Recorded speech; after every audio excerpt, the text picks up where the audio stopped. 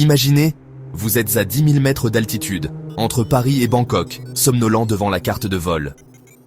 Soudain, le commandant annonce un changement de cap pour raison de sécurité. Sur l'écran, l'avion vire brusquement. Le trajet s'allonge. En dessous, une crise géopolitique éclate. Le ciel vient de se refermer. Ce n'est plus rare. Un conflit à des milliers de kilomètres peut bouleverser votre vol en un instant. Une zone interdite, une no-fly zone, apparaît. Pour les pilotes, c'est un défi immédiat. Il faut improviser une nouvelle route, sécurisée en temps réel. Pour les passagers, c'est l'attente, l'incertitude.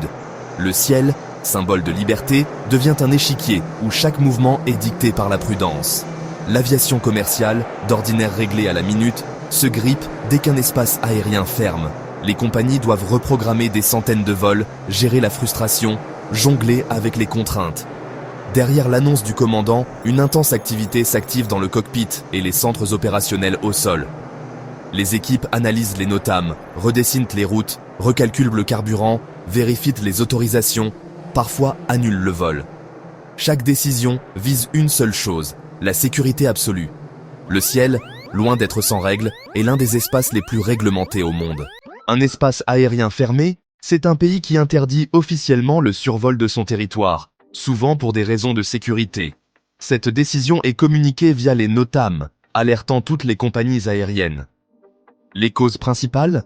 Conflits armés, exercices militaires, catastrophes naturelles ou sanctions politiques. Parfois, la fermeture ne concerne que certaines altitudes ou nationalités d'avions. Après l'invasion de l'Ukraine, de nombreux pays ont fermé leur ciel aux avions russes et inversement. Cela crée des murs invisibles dans le ciel, forçant les compagnies à naviguer dans un labyrinthe de restrictions. Ce principe de souveraineté aérienne est inscrit dans la Convention de Chicago de 1944. Chaque pays doit assurer la sécurité de son ciel et informer l'OACI, qui relaie l'information à l'échelle mondiale. La circulation rapide de ces informations est vitale pour la sécurité. Le ciel est partagé, mais sa gestion reste une responsabilité nationale. Quand un espace aérien ferme, c'est la course contre la montre dans les centres opérationnels des compagnies. Les dispatchers contactent immédiatement les équipages en vol pour leur donner de nouvelles instructions. Il faut redéfinir des routes sûres, parfois en quelques minutes. Pour les vols au sol, il faut décider, annuler, retarder ou changer l'itinéraire. Chaque option a des conséquences logistiques et financières. Un exemple, un vol vers l'Asie doit soudain contourner l'Iran, ajoutant 2 heures de vol et une escale imprévue pour refaire le plein. La technologie permet de recalculer rapidement les routes, mais la décision finale revient toujours à l'humain. L'expertise et le sang-froid des équipes garantissent la sécurité malgré les perturbations.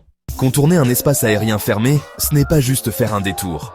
Exemple, Paris-Tokyo, autrefois direct via la Russie, doit maintenant passer par le sud, ajoutant jusqu'à 4 heures de vol. Cela signifie des tonnes de carburant en plus, des coûts qui explosent et des factures de millions d'euros chaque mois. Les vols plus longs usent davantage les avions, augmentent les frais de maintenance et les taxes de survol. Les équipages peuvent dépasser leur temps de service, obligeant à prévoir des escales et des changements d'équipe. Quand plusieurs zones ferment, les corridors sûrs se réduisent, provoquant congestion et retard.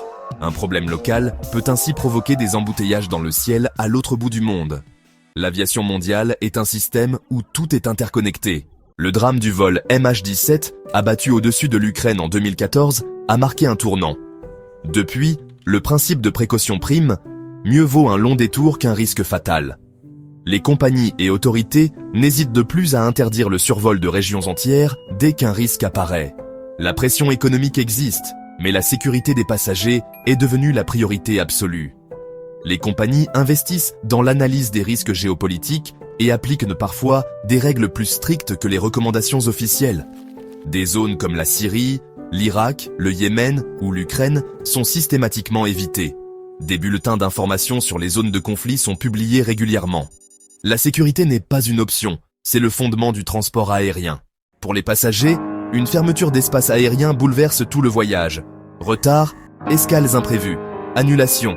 L'incertitude règne. Les correspondances manquées sont fréquentes, obligeant parfois à passer la nuit à l'aéroport.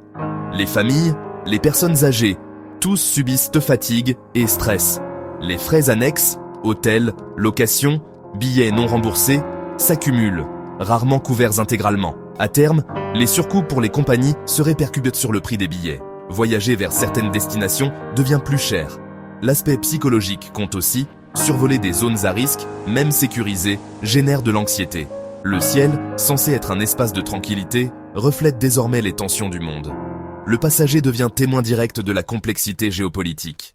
Les fermetures d'espaces aériens touchent l'économie mondiale, pas seulement les compagnies et passagers. Le fret aérien est impacté, retards et détours perturbant les chaînes d'approvisionnement, augmentant les coûts pour les entreprises. Ces surcoûts se répercutent sur le prix final des produits, alimentant l'inflation. Le tourisme souffre aussi, des destinations deviennent moins attractives, affectant l'économie locale. Moins de touristes, moins de revenus pour les hôtels, restaurants, guides. La concurrence est faussée. Certaines compagnies, comme celles du Golfe ou de Chine, peuvent survoler des zones interdites aux autres, offrant des vols plus courts et moins chers. La géopolitique redessine les routes et les équilibres économiques du transport aérien. Un ciel fragmenté, c'est aussi une compétition inégale. La tendance à la fermeture des espaces aériens pourrait s'accentuer. Les tensions géopolitiques, la prolifération des drones et missiles rendent le ciel plus risqué. On voit émerger des blocs d'espaces aériens, accessibles à certains, interdits à d'autres, utilisés comme armes politiques. L'industrie doit s'adapter. Avions plus performants, carburants durables, outils de planification sophistiqués. L'intelligence artificielle aide à optimiser les routes, mais la technologie ne suffit pas. La coopération internationale reste essentielle pour garantir un ciel sûr et ouvert. L'OACI joue un rôle clé pour maintenir le dialogue et des normes communes. L'avenir de l'aviation dépendra de notre capacité à préserver le ciel comme espace de coopération. Au-delà de la logistique et de la géopolitique, l'aviation reste une aventure humaine. Pilotes, dispatchers, personnel de cabine, tous font preuve d'adaptation et de sang-froid pour garantir la sécurité.